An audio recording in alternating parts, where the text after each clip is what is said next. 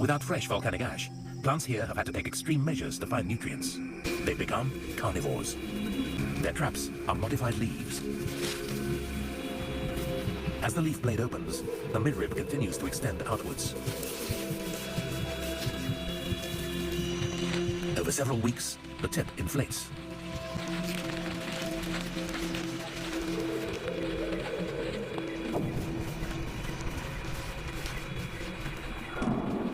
Finally, the deadly trap is revealed.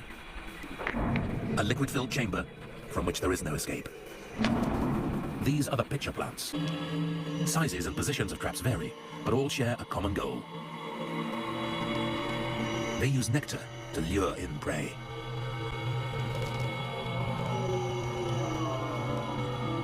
And a slippery rim means they plummet into the pitcher, where digestive fluids dissolve the victims' bodies.